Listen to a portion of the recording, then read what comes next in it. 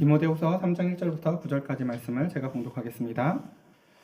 너는 이것을 알라. 말세에 고통하는 때가 이르러 사람들이 자기를 사랑하며 돈을 사랑하며 자랑하며 교만하며 비방하며 부모를 거역하며 감사하지 아니하며 거룩하지 아니하며 무정하며 원통함을 풀지 아니하며 모함하며 절제하지 못하며 사나우며 선한 것을 좋아하지 아니하며 배신하며 조급하며 자만하며 쾌락을 사랑하기를 하나님 사랑하는 것보다 더하며 경건의 모양은 있으나 경건의 능력은 부인하니 이 같은 자들에게서 내가 돌아서라. 그들 중에 남의 집에 가만히 들어가 어리석은 여자를 유인하는 자들이 있으니 그 여자는 죄를 중히 지고 여러 가지 욕심에 끌림 받으여 항상 배우나 끝내 진리의 지식에 이를 수 없느니라.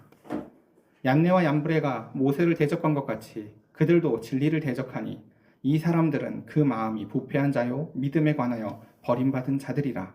그러나 그들이 더 나아가지 못할 것은 저 두 사람이 된 것과 같이 그들의 어리석음이 드러날 것임이라. 아멘. 자, 우리 옆 사람이랑 이렇게 인사하겠습니다. 예, 만나서 반갑습니다.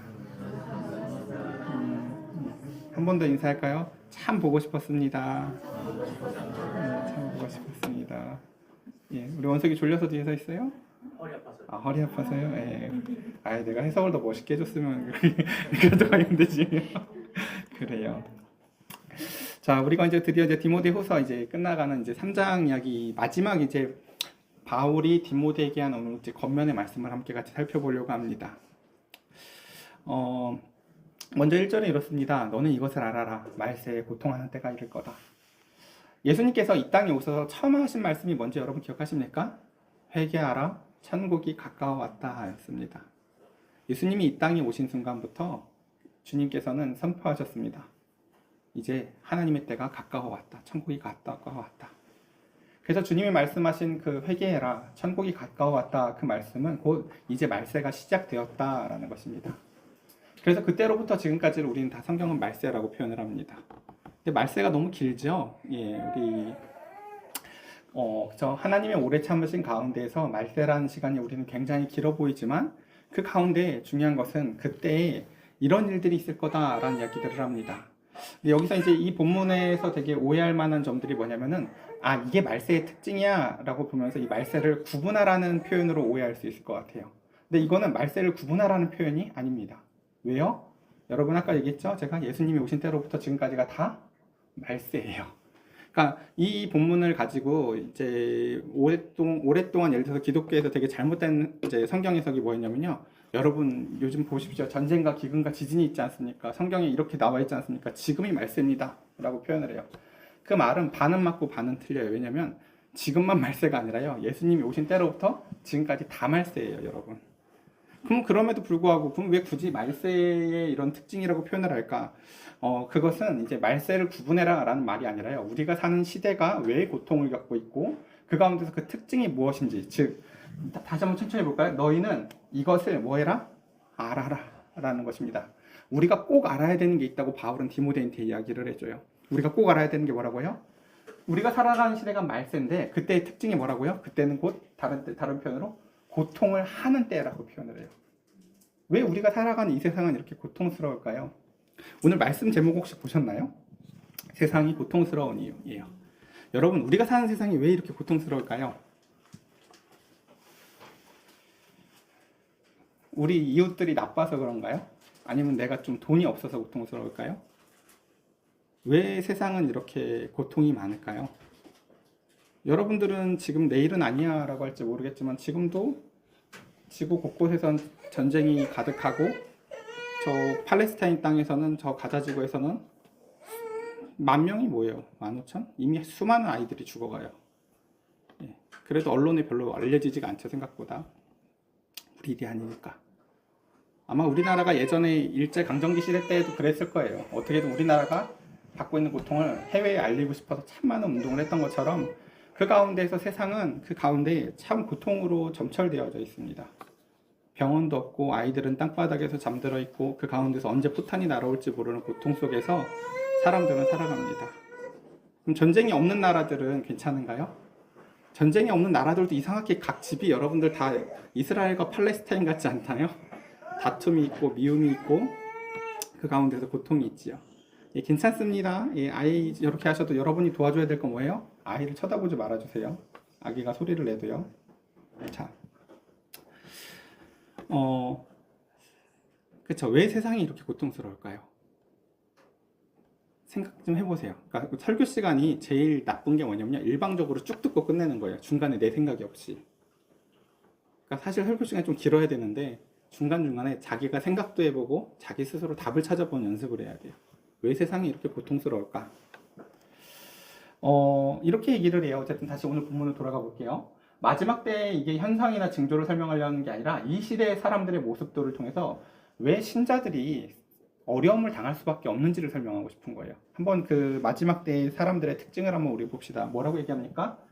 자기를 사랑하고 돈을 사랑하고 자랑하고 교만하고 비방하고 부모를 거역하고 무정하고 원통함을 풀지 않고 모함하고 절제를 못하고 사납고 선한 것을 좋아하지 않고 감사도 전혀 없고 거룩한 것도 없고 배신하고 조급하고 자만하고 쾌락 사랑하기를 하나님 사랑하는 것보다도 더하고 그 가운데 네, 일단 이 정도까지 일단 보고 설명을 해보도록 할게요.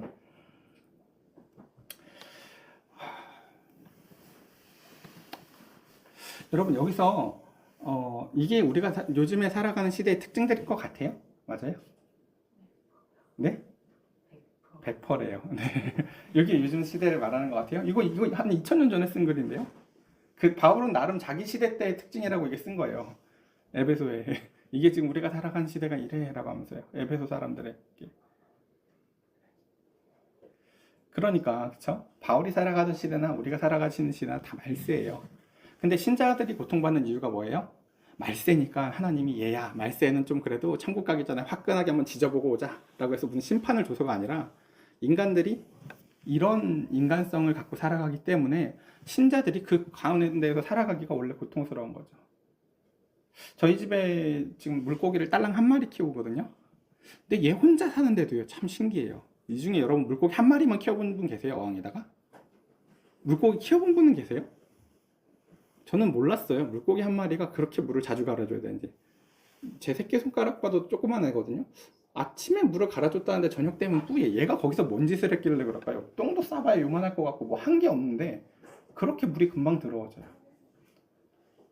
그 먹고 하는 일 아무것도 없어 보이는 그 작은 물고기 하나도 그 작은 그 어항 하나를요 반나절이면은 물을 더럽게 만들면서 살아가요. 근데 인간은 이런 다양한 죄의 특징들을 가지고 살아가면서 그 오염된 세상 가운데서 서로 부대끼면서 살아요. 그리고 신자들도 똑같은 어항에 처박혀서 그 가운데서 하나님의 사람으로 살아나가야 돼요. 자, 왜 신자가 세상 속에서 고통을 받을 수밖에 없는지 이제 아시겠습니까? 자, 근데 문제는 이거죠. 여러분, 이 중에서 제일 중요한 거 한번 세 개만 찾아볼래요? 내가 생각하기에 여기서 제일 중요한 건 이건 것 같다. 한 세 개. 뭐가 여기서 제일 중요한 걸까요? 제일 큰 문제가 뭘까요? 이 시대가 이렇게 악하고 세상이 고통스럽게 하는 가장 근원적인 이유가 세 가지가 여기 숨어 있어요. 뭘까요? 자기를 사랑하고 또 맞아요. 쾌락 사랑하기 하나님보다 더 사랑하고 또 2번. 맞아요. 2번 맞아요. 돈을 사랑하는 거 맞아요. 사랑하는 대상이 잘못된 게 제일 근원적인 이유예요. 뭐 이렇게 훌륭한가요? 누구한테 배웠나요? 이렇게 참. 예, 죄송해요. 네. 맞아요. 제일 여기서 핵심적인 문제의 근원은요. 1번, 2번, 17번이에요. 이 1번, 2번, 17번이 내적 동인들이에요. 그리고 이 1번, 2번, 17번 때문에 나머지 3번부터 16번이 발생하는 거예요. 다시 그럼 한번 봅시다. 밑에 정리해 볼게요. 뭐라고요? 1번, 2번, 17번이 내적인 차원에서 벌어지는 일이라고요. 뭐죠? 자기를 사랑해요. 그럼 사랑하니까 내가 나를 사랑해야지. 제가 옛날에 무한도전을 참 좋아했거든요. 거기 하하가 맨날 이래요. 자기를 뽀뽀하면서 난 나를 사랑해. 나를 사랑하는 게 뭐 그렇게 문제인가요? 하나님은 우리 방금 아까 얘기했죠. 그 큰 두 가지 계명에서 뭐라고 얘기를 했어요? 누구를 사랑하래요? 내 마음과 목숨과 뜻을 다해서 하나님을 사랑하고 그리고 내 이웃을 사랑하라고 하지 나를 사랑하는 말이 없어요. 그 계명에 보면요. 자, 그래서 그 가장 큰 원인을 1번, 2번, 17번. 그래서 자기를 사랑하는 거. 그리고 자기를 사랑하기 때문에 그로 말미암아 돈을 사랑하죠. 왜요? 돈이 자기의 능력이거든요. 내 뜻을 관철시킬 수 있는 이 땅에서 힘이 돈이잖아요. 돈은요, 뭐 한다고요? 사랑만 하는 게 아니라 자랑을 해요. 그리고 제일 마지막에 뭐라고요? 하나님 사랑하는 것보다 쾌락을 더 사랑해요. 이 세 가지 잘못된 사랑 때문에 세상이 고통스럽다고 얘기를 해요. 올바른 사랑이 없어서 세상이 고통스러운 거야 라고 얘기를 해요. 사람은 하나님을 사랑하고 사람은 내 옆에 있는 이웃을 사랑해야 되는데 사람이 고작 자기를 사랑하고 그리고 그 잘못된 사랑으로 인해서 돈이나 사랑하고 자랑하며 그 가운데서 또 그 이기적인 욕구에 빠져서 자기의 쾌락만 사랑하고 그걸 하나님보다 더 사랑하기 때문에 이런 일들이 벌어지는 거예요. 그러니까 돈이 많으면 교만하고 돈이 없으면 또 나쁜들을 비방하고 그 가운데서 그런 하나님에 대한 권위를 맛본 적이 없으니까 눈에 보이는 하나님 같은 부모들의 말씀을 듣는 것에 대해서 당연히 관심이 없고 그런 것들에 대해서 이제 한번 이걸 몇 가지만 설명을 해볼 텐데요. 먼저 자기를 사랑하는 이야기만 한번 천천히 봅시다. 요즘 세상에서 저는 그런 얘기를 정말 많이 들었어요. 자기를 사랑해야 된다고. 아무도 안 사랑해 주는데 나라도 나를 사랑해 줘야 되지. 여러분 그거 되게 이상한 소리예요. 예. 별로 의미가 없는 소리예요 사실요. 자기를 사랑하는 것은요. 그래 장원아 힘내. 뭐 이게 사랑하는 건가요? 사랑은 그렇게 되는 게 아니에요. 내가 저 사람을 사랑해주고 저 사람이 나를 사랑해줄 때 사랑해주는 거예요. 집에서 여러분들 혹시 다들 관계가 좋으신지 모르겠는데 등이 간지러울 때 혹시 내가 내 등을 긁어보고 내가 옆 사람 등을 긁어줘 보나요? 어떻게 좀 등을 긁어주나요? 제가 이렇게 예. 그때 되게 놀라운 게 있지 않나요? 내 등을 내가 긁으면 절대 시원하지 않은데요. 항상 내 옆 사람이 내 등을 긁어줘야 시원해요. 사랑도 마찬가지예요. 내가 나를 한다는 건요. 아무 효과가 없어요. 내가 남을 사랑해줄 때 그 사람은 그 사랑을 통해서 귀한 섬김과 사랑을 진짜 느끼고요. 나도 남한테 그 사랑을 진짜로 받을 수 있을 때 거기서 내가 누리지 못한 사랑을 누려요. 자, 근데 여기서 이제 자기 사랑이 무엇인지 좀 더 설명해 볼게요. 이 자기 사랑을 로마서에서는 이렇게 표현을 해요. 사람이 왜 자기를 사랑할까? 사람이 왜 자기를 사랑할까?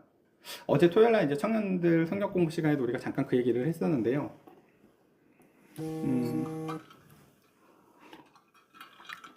그러면 다시 이 시간에 여쭤볼게요. 손을 들어보세요. 자, 하나님이 우리 원준이든 현빈이든 희수든 또는 원석이든 여러분 삶에 하나님이 간섭하길 원해요?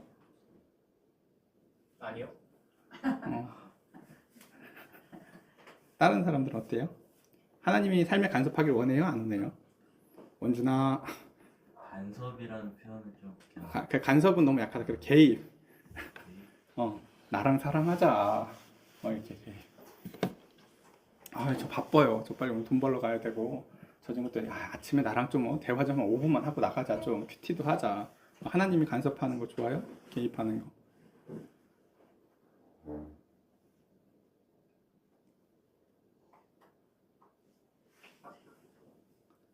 조금 더 생각해 볼까요? 그래. 현빈이는? 해주셨으면 좋겠다고요? 정말로요? 하나님이? 현빈이한테? 희수는 어때요?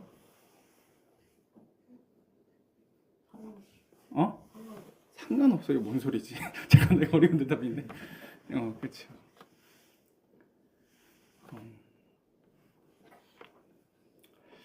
되게 많은 사람들이 사실 이거 뭐 제가 좀 청년들한테만 물어봤지만 사실은 여기 로마서에서 이렇게 표현하죠. 세상이 이렇게 악한 이유 그리고 세상이 다 심판받아도 마땅한 이유를 로마서 1장에서 이렇게 표현을 해요. 로마서 1장 28절 또한 그들이 마음에 하나님 두기를 뭐 한다고요? 싫어한다 라고 얘기를 해요.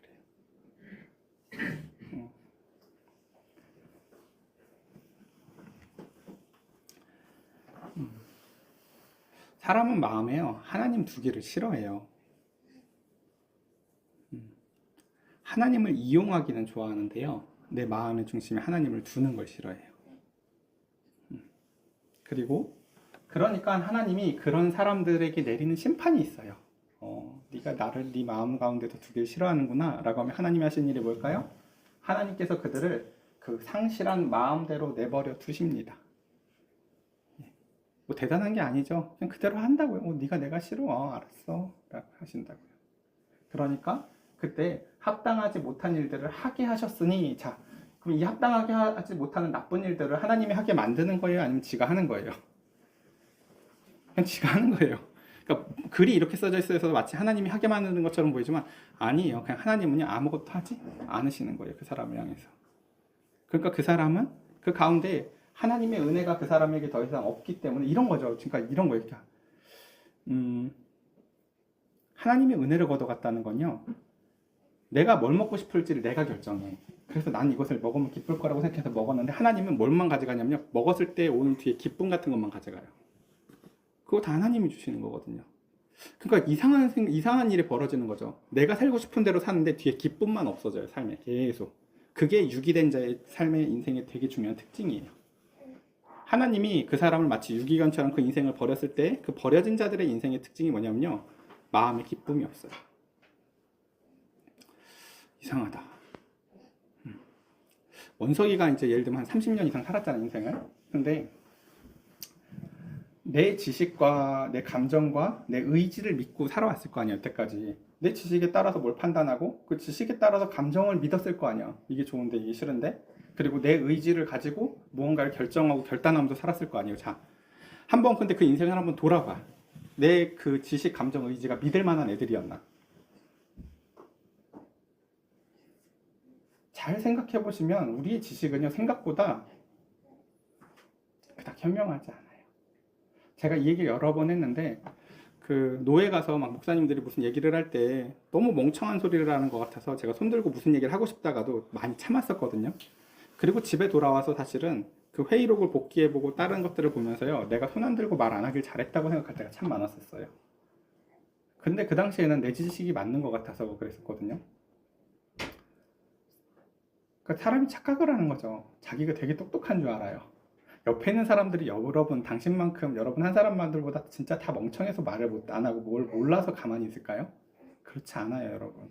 생각보다 여러분 한 사람은요 별로 지혜롭지 않아요. 오히려 책을 방금 한 권 읽은 사람이 제일 떠들고 싶어해요. 네, 다 이거 아는데 막, 그렇죠? 네.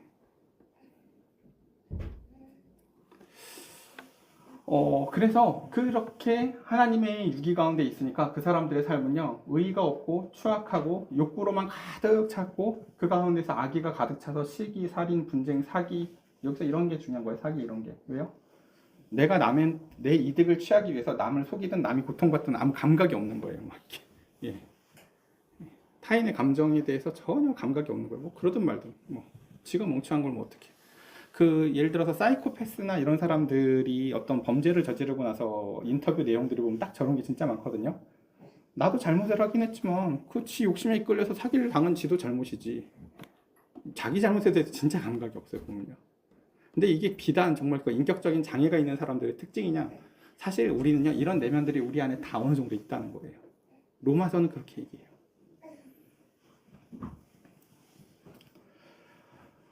그쵸. 그러니까 참 우리가 하나님을 그 마음에 두기를 싫어한다.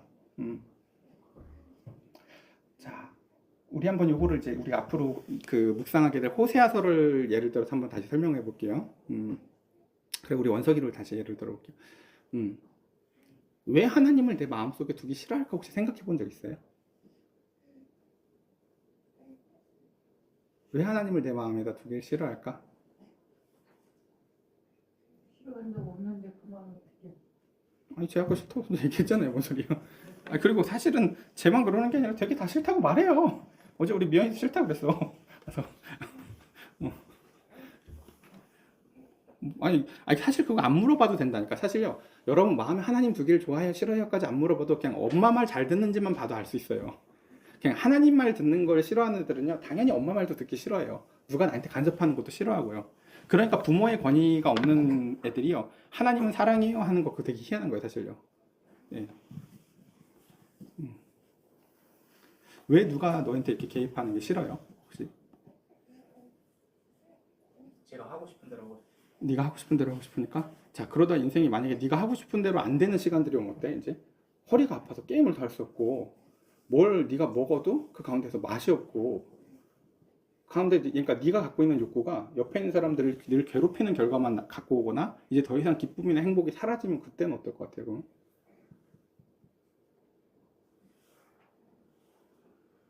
찾아 떠돌겠죠 이제. 아, 또 그거 계속 찾아 돌고 그렇죠. 그러니까 그러니까 저도 이 얘기를 여러 번 했었는데 하나님이 일하시는 방식이 되게 제일 첫 번째 하시는 게 이제 예수님도 첫 설교가 그거였거든요. 심령이 가난한 자가 복이 있다 얘기를 한 게 제일 처음에 하나님이 하시는 일은 시편에서도 등장하는데요. 심령이 가난해지도록 굶겨요. 여러분이 하나님을 안 찾아도 될 만큼 지금 뭘 붙잡을 게 있으니까 아마 그럴 수 있거든요. 근데 하나님이 하시는 제일 첫 번째, 만약에 하나님이 우리 원석이를 부를 거다라고 하면 먼저 게임을 어떤 방식으로도 못하게 할 거예요 아마. 저는 몰라요 어떤 방식이 펼쳐질지.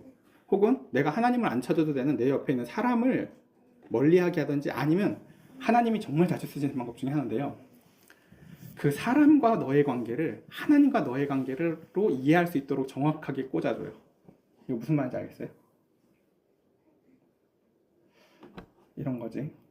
하나님, 제가 주님하고 관계를 계속 맺는 건 좋은데요, 제 삶에 너무 관여는 하지 마세요.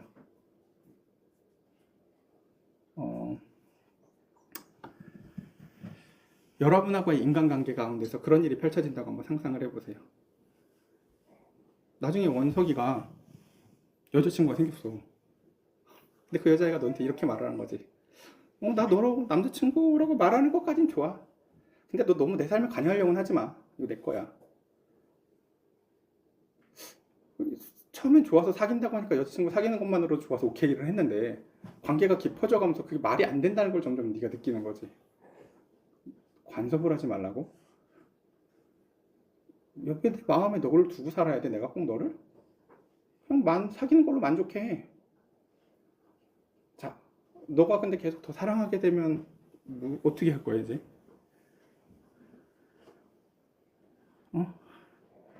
만족하고 살 거야? 네? 만족하고 살 거야 그냥? 아니요? 그럼 어떻게 할 거야? 헤어지겠죠. 헤어진다고? 네, 결국에는 계속 그런 스탠스가 유지된다고 하면은 헤어지게 되겠죠. 그렇죠. 하나님은 그냥 두신대요.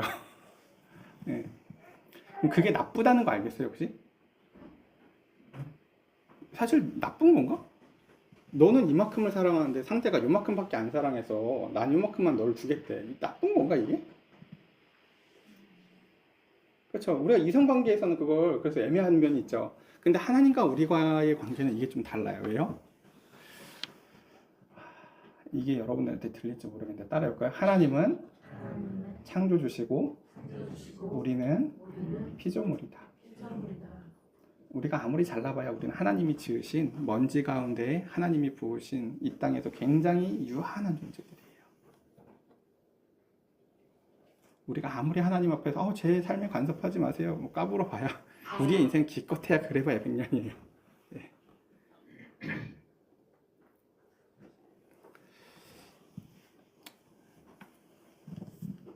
목회자도 어떻게 하지 못하는 게 바로 이거예요.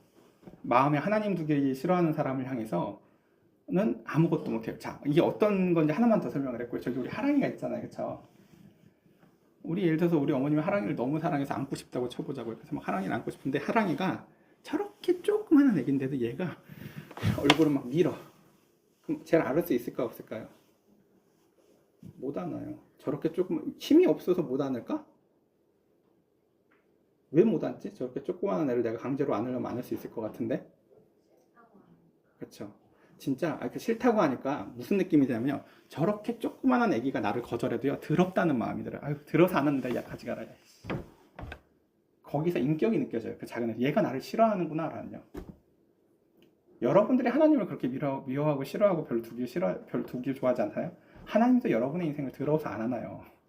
그래, 너 혼자 그럼 돌아다니다가 배고플 때 다시 보자. 제가 하는 설교가 다른 분들의 설교랑 좀 다를 수 있어요. 왜냐면 보통은 하나님을 되게 좋게 포장해서 설교를 많이 하거든요. 사랑이처럼. 근데 저는 이제 이 시대에는 그렇게 설교하면 안 될 것 같아요. 왜냐면 다들 하나님을 마음에 두지 않아. 이제 많이들. 예. 언제까지 하나님 기다린다는 얘기는 들을 만큼 듣지 않았나 이제 여러분들? 예. 그렇죠?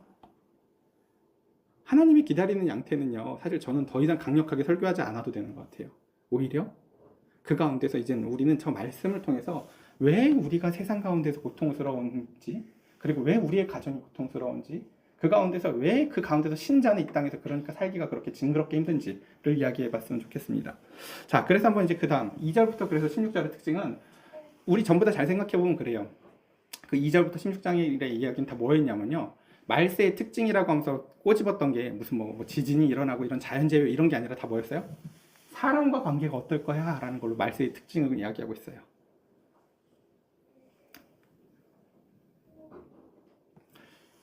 그래서 인격적 관계에서 나타나는 그 부정적인 형태가 바로 말세의 특징이다 라고 얘기하죠. 그러니까 말세의 특징이 여러분 그래서 뭔지 아시겠어요? 인간관계가 별로 없어요, 사람들이. 예. 지금부터 한 20년 전이었나? 벌써 이제 일본에서 되게 큰 사회 현상 중에 하나가 히키코모리라고 맨날 집에서 혼자 처박혀서 살던 사람들이 이제는 뭐 돈도 벌는 게 없고 아무것도 없으니까 부모님 연금으로 살다가 부모님이 돌아가셔도 부모님 시체를 가만히 두고 사는 사람들이 막 나온다는 뉴스를 들어보신 적 있는지 모르겠어요. 그렇죠? 예. 거기서 핵심은 돈이 아니라요. 사람들이 관계를 맺기를 포기했다는 거예요, 이제요. 예. 뭐 나 불편한데 나 이게 편해. 그냥 난 이렇게 밥 먹는 게 편해. 나 아무도 건들지 마. 예. 전 그게 우리나라도 비슷해져 가는 것 같아요. 우리가 사는 사회도.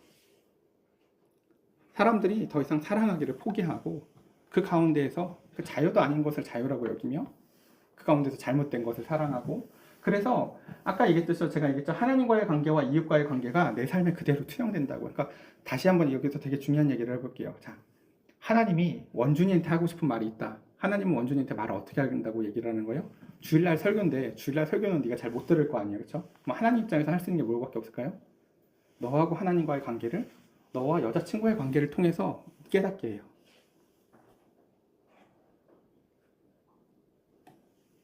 나와 하나님과의 관계를 나와 내 배우자와의 관계를 통해서 혹은 나와 내 자녀의 관계를 통해서 하나님이 말씀하십니다.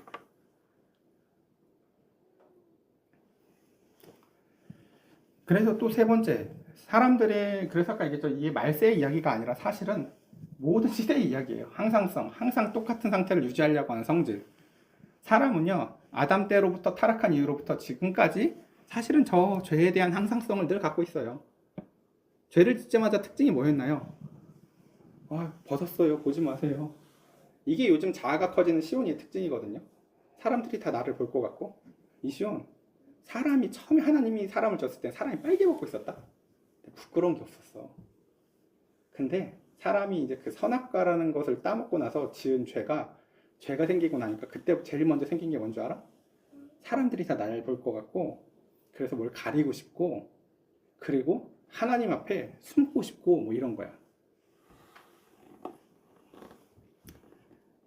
진짜 신기하게도 아이가 자아가 생겨나는 특징이 인간이 죄를 범했을 때 나타나는 특징하고 똑같아요. 그래서 우리는 도덕 시간에 그렇게 배웠거든요. 저도 학교 다닐 때요. 도덕 시간에 인간의 삶의 목적을 자아를 실현하는 거라고. 그래서 내가 뭐 자아인지 막 직업 찾아가지고 자아를 실현했어. 이게 저 어렸을 때 학교의 도덕 교육이었어요. 근데 성경은 그렇게 얘기해요. 자아는 인간이 죄 지면서 나타나는 특징이라고요. 하나님과 사랑하면서 사랑하고 이웃과 사랑하면서 살아가야만 그 행복할 수 있는 인간의 본성인데 인간이 마치 무슨 고유한 뭐를 해야 자기가 행복한 줄 알고 그래서 그걸 찾겠다고. 그런 거 없습니다, 여러분. 여러분, 김연아가 자아 실현을 했을까요? 못했을까요? 김연아가 자아 실현을 했을까요? 못했을까요?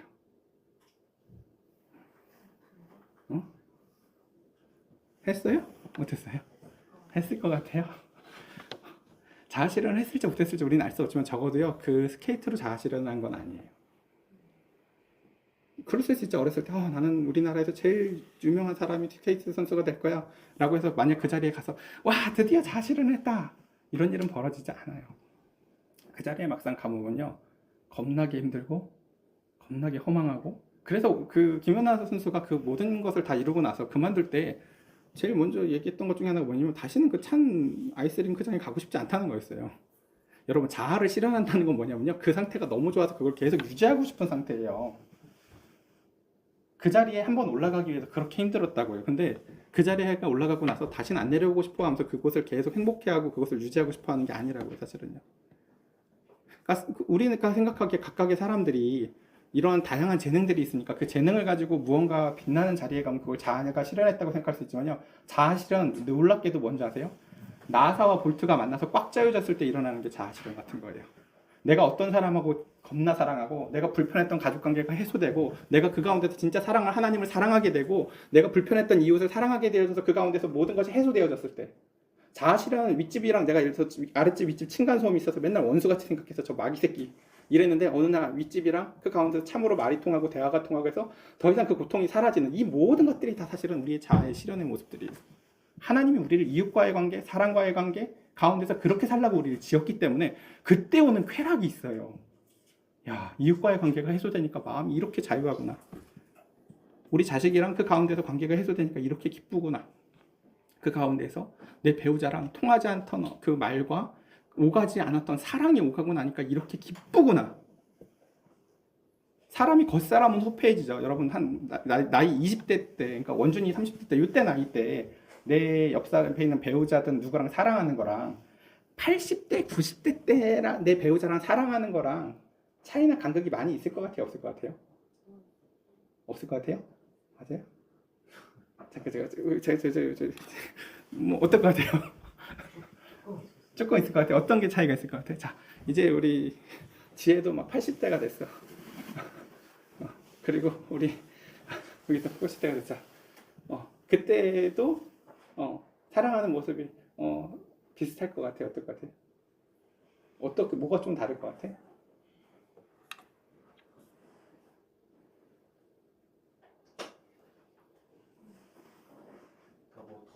더 이렇게 이해할 수 있는 부분은 커지고 그런 부분은 더 좋아질 것 같은데 뭔가 더 뭐 표현하거나 이런 것도 좋아지고 뭔가 조금은 다른 모습이다. 맞아요. 모습은 다른데 놀랍게도요. 본질이 같아요. 자, 다시 한번 얘기해볼게요. 무슨 뜻이냐면 이런 거예요.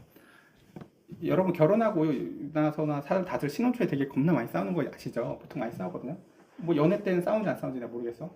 막 그때 막 그러다가 막 그때도 막 싸우다가 뭔가 해소돼서 막 서로 끌어안고 미안해 하고 사랑해 하고 뭔가 해소됐을 때 야, 이제 잘 지내자 했었던 이거랑 보통 우리가 70대 80대 때는 그런 걸로 안 싸운다고 하잖아요. 아 됐어, 야 지 살다 그래, 야 죽을 날도 얼마 안 남았어 냅둬 이러면서 사는 노인네들끼리 사랑을 한다고 쳐보자고. 그럼 노인네들끼리 사랑은 에도 과연 저런 게 있을까라는 얘기를 내가 지금 물어보는 거지. 내가 이 사람이랑 다시 해소되면 다시 그렇게 좋을까? 좋을까요? 안 좋을까요? 진실로 똑같이 좋아요. 나이가 늙어서 사랑을 못하는 게 아니에요. 안 하는 거예요.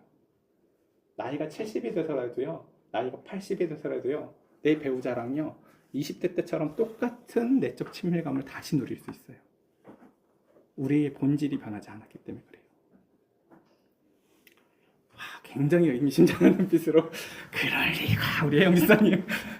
내가 조이러 간다 저 집 나사를. 그래서 그렇죠. 예. 그러니까 우리 입장에서야 내 배우자든 원수든 누구랑 감정의 골이 한없이 깊다고 할 수 있어도요. 하나님이 그 우리의 존재에 만약에 우리를 남자와 여자를 뭔가 볼트와 너트로 지었다고 쳐보자고요. 내가 너를 이 사람과 사랑하게 지었어라고 하고 그 사랑이 막 볼트가 좋아져서 이 사람의 마음이 나한테 막 와가고 내 마음이 이 사람한테 막 가까워져서 그 가운데서 하나가 되었을 때 누리는 그 마음의 기쁨은요 20대 때 거랑 똑같다니까요. 다시요. 난 이걸 어떻게 알았을까? 예, 그래요. 죄송해요 오늘 진짜. 잘하자. 예, 다시. 그래서 그 가운데 이제 여태까지 이제 앞에 이야기하고 있었던 그 디모데가 얘기했던 지금 앞에 이야기는요 세상의 특징이었어. 세상의 사람들이 이런데 얼마나 목회하기 힘들겠니라는 거 상상해 볼 수 있죠. 사람들이 다 자기밖에 안 사랑하고 쾌락만 사랑해요. 다. 그러니까 여러분 이게 왜 힘든지 알겠어요? 이런 사람들을 우리가 처음에 확 변화가지고 교회 오는 게 아니잖아요. 그렇죠? 우리 원석이 딱 얘기하잖아요. 아니요 뭐 이렇게 얘기하잖아. 자, 그러니까 안 변한 채로 교회에 온다고요. 사람들이. 근데 그 안 변한 채로 교회에 오는 것까지는 문제가 아니에요. 원래 인간은 처음에 다 그러니까. 중요한 건 뭐예요? 근데 교회 안에서는 변해야지. 이제 신앙생활이랑 하면서 내가 원래는 나를 사랑하던 사람이고 하나님도 되게 싫어했던 사람인데 이제 그 가운데서 내 아까 지식, 내 감정, 의지를 믿는 게 아니라 하나님을 믿고 그 가운데서 하나님의 뜻에 따라서 살아보는 경험들. 이건 제가 그냥 가상의 경험을 한번 얘기를 지어서 한번 해볼게요. 자, 나는 청소를 이렇게 해야 된다고 생각을 했어. 나는 혹은 요리를 이렇게 해야 된다고 생각을 했어. 근데 우리 집에서 지선이가 저한테 이제 이렇게 얘기한 거죠. 오빠 그거 이렇게 하지 말고 여기다가 뭘 넣어봐 하는데 내 생각이 절대 아닌 것 같은 어떤 요리의 상황을 가정해 볼게요. 근데 그때 내가 순간 믿음을 발휘한다고 쳐볼게요. 난 여기다 이걸 넣으면 지금 망할 것 같은데. 얼마 전에 우리 집에 한번 그 망해 본 적이 있거든요. 오뎅국을 끓이는데 애들이 오뎅국이 먹고 싶다 그래서 오뎅국을 거의 다 끓여가는데 지선이가 디포리를 넣어야지 맛있지 하고 마지막에 디포리를 탁 넣었는데 비린내 나서 다 버렸어요. 그러니까 요리에도 순서가 중요한가 봐. 나 몰라 이거. 맞아요? 디포리를 먼저 넣고 우려냈어야 되는 거예요? 나 몰라요. 나도 디포리를 나중에 넣어도 괜찮을 줄 알았는데 아니더라고. 못 먹게 해요. 끝까지 못 먹어. 원짓이라도 못 먹어. 자 어쨌든 그래서 그런 경험도 있는데 내가 이 사람 말을 믿고 넣어봤더니 상상하지도 못한 어떤 맛을 경험했다고 쳐보자. 야, 사람 말을 그렇게 믿어보는 것도 어렵잖아요. 그쵸? 우리가 경험이라는 게 있으니까 그 전에 네 말 들었다 망해본 경험이 있으니까 예를 들면 그쵸?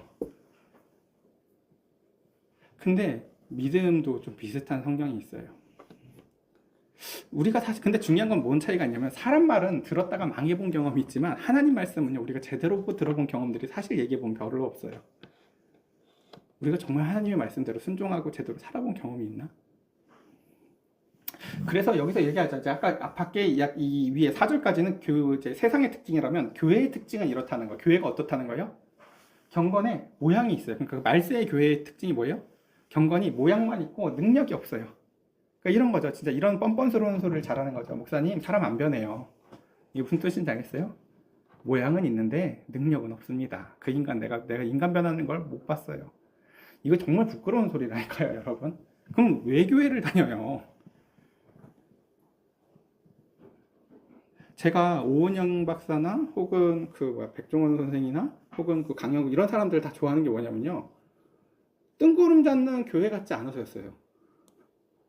아니 교회는 그냥 맨날 예수님이 해결해 준다고 하고 기도하라고 하는데 해결되는 게 아무것도 없는 것 같은데 이 사람들은 금쪽이가 말을 잘 듣게 되고 개차반이었던 개새끼가 개더워지고 그 가운데서 안 좋았던 부부관계가 회복되잖아. 그러면 인간관계에 대해서도 하나님의 말씀이 살아있는 말씀이 성령의 검과 같아서 그 가운데서 날선 검과 같아서 영과 육을 쪼개고 그 가운데서 가정관계를 회복하고 그 가운데서 이 세 사람보다도 더 큰 능력을 발휘해야 되는 게 하나님의 말씀일 것 같은데 왜 교회를 다니는 사람들은 이 오은영 박사만한 믿음도 없는 거지. 사람이 안 변해요. 여기 갈 때 오은영한테 갈 때 혹시 그런 사람 봤어요? 절대 금쪽이 안 변해요 하면서 가는 사람 봤어요? 아무리 개차반인해도 그 사람을 믿고 가잖아요. 우리가 대부분 다. 근데 교회로 올 때 하나님을 믿고 그 정도의 믿음도 없어요. 사람들이. 사람이 믿을 거라고 아예 예상도 안 하고 와요. 그리고 자기가 번하고 싶다고 오지도 않아요. 저는 하나님이 그 세 사람을 합친 것보다 훨씬 전능하시다고 믿어요. 걔도 걔답게 만들 수 있고 우리가 상상할 수도 없는 인간관계를 다 회복하실 수 있는 게 저는 하나님의 권능과 능력이라고 생각해요. 그리고 그 능력을 저는 경건의 능력, 곧 사랑이라고 생각합니다. 바울은 실제로 저 능력이라는 단어를요, 사랑이라는 단어로 환원했었어요. 바울이 능력이라고 말할 때는 다 그 사랑의 능력이에요. 그러니까 성령의 능력 막 팍팍 이런 거 아니에요. 바울이 말하는 능력은 다 뭐다? 다 사랑이에요. 사랑의 능력이 뭘까요? 사랑하기 힘들고 나한테 무례하고 힘든 사람을 사랑해내는 능력을 바울은 능력이라고 해요. 그러니까 능력이 큰 목사님이라는 게 어떤 거겠어요? 교회가 큰 목사가 아니라요. 징그럽게 사랑하기 힘든 사람 발까지 닦아주면서 사랑하는 게 능력이 큰 거예요. 그래서 그것을 우리는 경건의 능력을 부인하니 이 같은 자들에게서 네가 돌아서라 라고 얘기합니다. 지금 바울은 그래서 디모데한테 이런 교훈을 주는 거죠. 그런 사람들하고 척지고 살아라는 게 아니에요. 뭐 어쩔 수 없어요. 그런 사람들이 있는 건. 근데 적어도 그 사람들로부터 조심해라 라고 이야기를 하는 거예요. 우리가 뭐 금목자극이라고 해서 뭐 가까이 가면 너도 묻으니까 그런 얘기가 아니에요. 그러니까 이게 여러분들이 그 양극단을 조심하셔야 돼요. 그러니까 예전에 그래서 너무 신앙생활을 또 이렇게 막 열심히 이제 흠모하던 분들은 이런 분들이 또 많았었거든요. 교회 오니까 너무 좋은데 세상 친구들 만나니까 죄 돈 얘기밖에 안 하고 주식 얘기밖에 안 해서 못 있겠어. 난 영적으로 안 맞아서 못 있겠어. 하면서 그 친구들 다 끊어내라는 얘기가 또 아니에요. 그 중간 어딘가예요. 그 중간 어딘가예요. 세상은 저래. 그쵸? 아까 얘기했죠. 세상은 이렇다니까 원래. 근데 나는 이제 하나님을 부름받아서 이제 난 하나님 마음에 두길 좋아해졌어. 그러면 우리 뭐 이렇게 산속으로 들어갈 건가? 이 사람들하고 연을 끊고 그 얘기가 아니라니까요. 세상에 그러려니 하고 우린 그 자아를 가지고 세상 속에 들어가서 그 돈을 자랑하고 자기를 사랑하는 사람들 안에서 하나님을 사랑하고 회복된 관계 가운데서 살아내는 모습을 보이는 거예요. 야, 넌 어떻게 사니? 야, 너는 그렇게 해가지고 미래가 안 두렵니? 야, 요즘 이거 해봐. 요즘 이거 처리야. 이게 얼마나 재밌고 맛있고 즐거운 줄 아니? 넌 그런 것도 안 하고 무슨 재미로 사니? 제가 옛날에 얘기했죠. 군대에서 제일 많이 들었던 게 맨날 성경책 보고 있으면 맨날 그 선임들이 넌 무슨 재미로 사니? 담배도 안 하고. 제가 맨날 했던 얘기가 뭐라고요? 니들이 모르는 재미가 있어. 기도하는 게 얼마나 재밌는지 아세요? 말씀대로. 저는 말씀 붙잡고 기도한 다음 그 다음부터 그 사람 관찰하는 게 너무 재밌어요. 내가 우리 정원석 기도를 많이 하거든요. 모르겠지만. 그리고 우리 정지성 기도 많이 하죠. 정지성. 뭐 좋았든 안 좋았든 그날 밤에 막 기도하죠. 그리고 그 다음날 관찰하죠. 하나님 앞에 말씀을 붙잡고 하나님을 그 마음에 두며 기도하고 그 가운데 살아가는 것이 사실 얼마나 즐겁고 유익한지 모릅니다. 그래서 마지막 여기서도 보면 그래서 믿음을 고백하는 자들이 세상 속에서 여전히 죄인으로 살아가는 모습들을 비난하는 거죠. 지금 너 그렇게 살면 안 된다. 교회가 경건의 능력마저 이제 부인하고 다 그러려니 하면서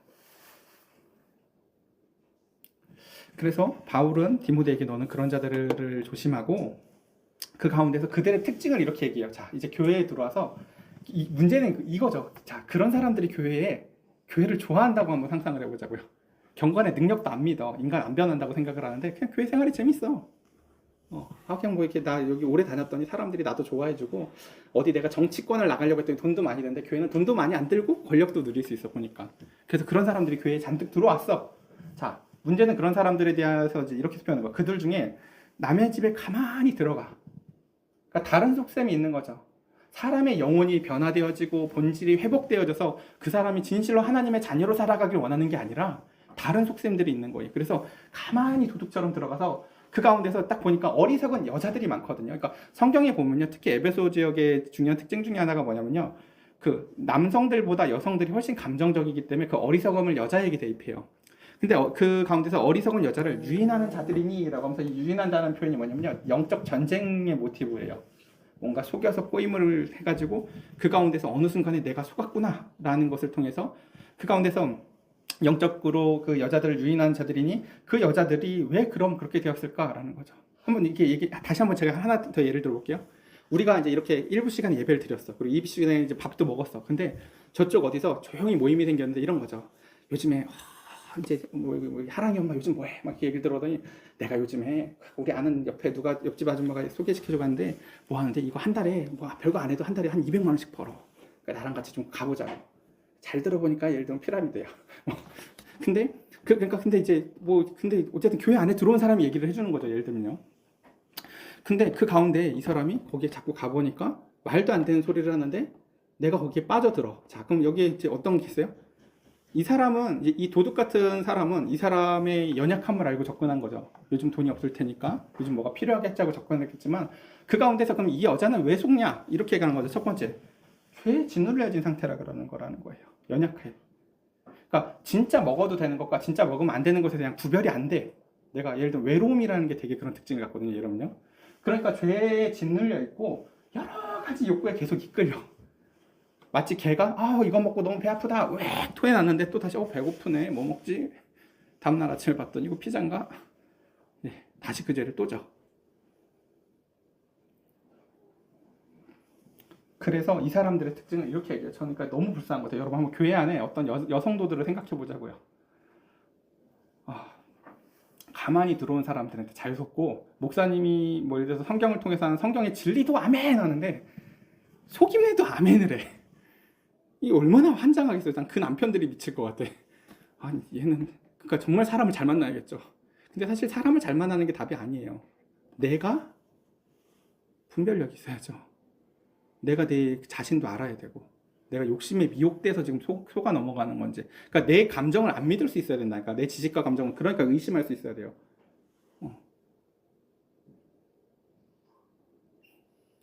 예를 들어서 제가 우리 어머님이 예를 들어 돈을 사랑한다고 가정을 해볼게요. 윤건 사는 집 여기 지금 얼마 만들면은 10년 있다 아파트 준대. 우리 어머님 속에서 막 물청이 아멘. 그럼 그때 고민을 해봐야지. 그리고 그 자리에 가서도 끊임없이 내가 욕망에 이끌려서 지금 그 가운데서 속는 건지, 그리고 이 사람이 나를 속이려고 하는 건지, 아니면 그 가운데서 그것이 하나님의 뜻일지를 분별하려고 애를 써야 되는 거예요. 근데 되게 많은 사람들이 내 욕망이 맞으면 그 순간 손바닥을 치면서 뭐라고 해요? 응답이 된다. 내 마음에 맞는 것과 하나님의 응답은 다릅니다. 하나님의 응답은 성경에 맞아요. 내 마음에 맞는 게 아니라요. 그래서 성경이 그렇게 말했구나.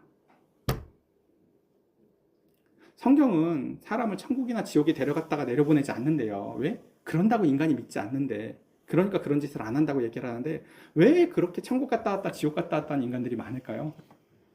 말씀을 믿기보단 자기 감각을 믿는 인간들이 많기 때문에 그래요. 사람을 속여먹는 게 그렇게 쉬워요. 성경에 뻔히 글이 있어도 그런 식으로 전도 안 된다. 주님께서 누가복음에 얘기하죠. 자색 옷 입은 애랑 그 가운데서 부자 나사로를 데리고 가서 그 가운데서 네 형제들한테 그거 아무리 얘기해 준다고 해서 그거 죽었다 살아나도 사람이 그거 믿고 천국에 한 명이라도 더 올 수 있는 게 아니다 라고 주님께서 말씀하십니다. 자, 그래서 이 사람들이 제일 안타까운 점을 이렇게 얘기해요. 이 사람들 뭐라고요? 항상 배우나. 교회 생활 되게 열심히 해. 이 사람들 항상 배운대. 근데 문제는 뭐예요? 배워야 될 것과 배워야지 말아야 될 것들을 구분을 못 한다는 거예요. 그래서 항상 배우나 분별력이 없으니까 아무 가르침이나 다 받아들여. 그러니까 유튜브라는 곳이 그러니까 얼마나 무서운 곳인지 몰라요. 제가 한 2년 전인가 전혀 모르는 분한테 100만 원 후원을 받았거든요. 와, 그래서 전혀 모르는 사람이 그냥 알지도 못하는데 그냥 통장에다 돈을 넣어주셨어요. 그래서 전화하고 조금 얘기했는데 한 달도 안 돼서 그 사람을 연결해줬다고 하는 분한테 연락을 받은 게 뭐냐면 이단에 빠졌대, 그분이. 불과 나한테 돈 보내고 나서 한 달도 안 돼서. 나 책임감이 있잖아. 나 알지도 못하는데 돈을 받으니까 전화를 했지. 그래서 그게 왜 이단인지를 좀 설명해 드리려고 해봤는데 나랑 관계가 전혀 없잖아. 그리고 난 받기만 한 사람이고. 그 한 달 사이에 이미 깊이 빠져서 뭘 어떻게 할 수가 없어요. 예.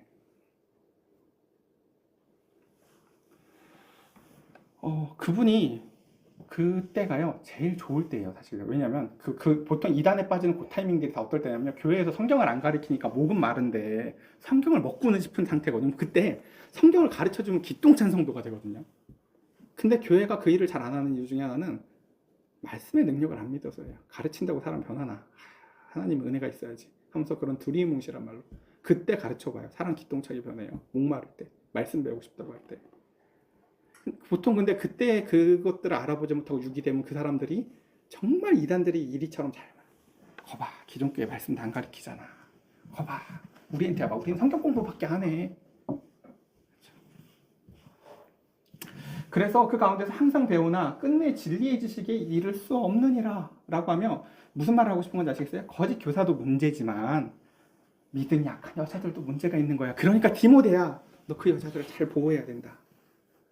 내가 너에게 이 모든 것을 말하는 것은 너는 그 사람들을 보호해야 될 의무가 있단다 라는 거죠. 마지막 절입니다. 시간이 많이 지났네요.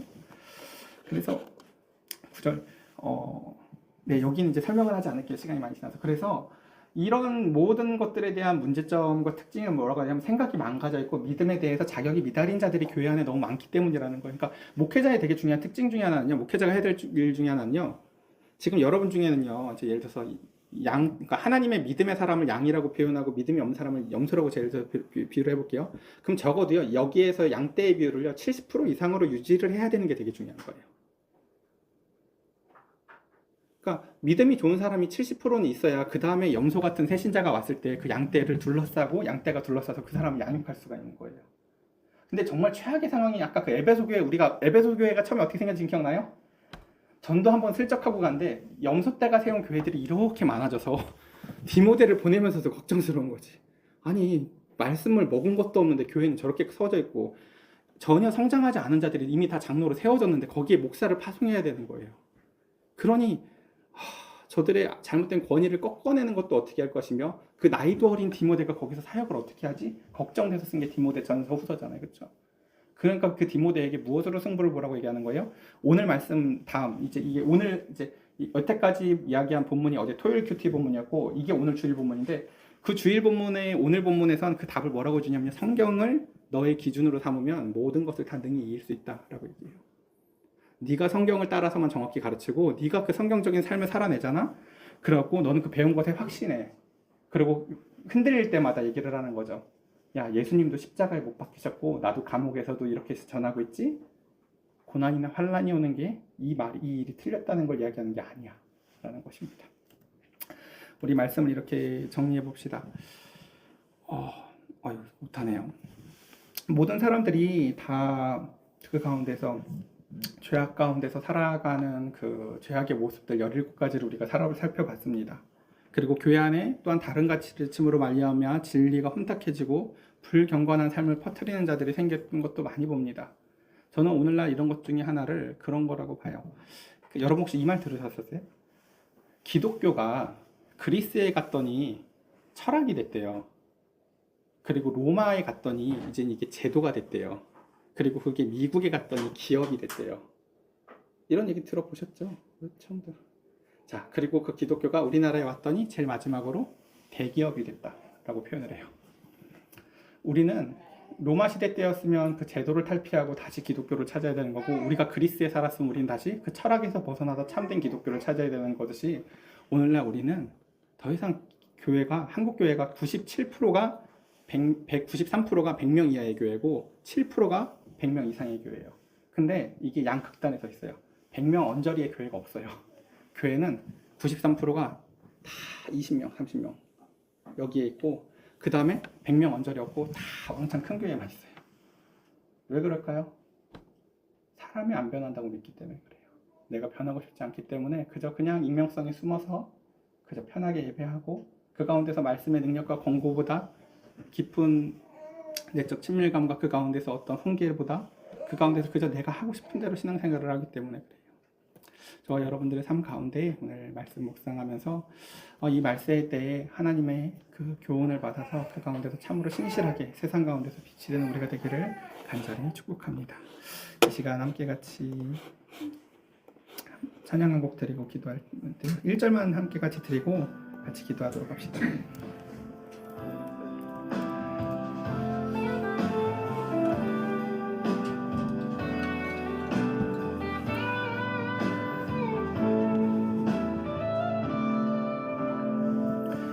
세상을 보니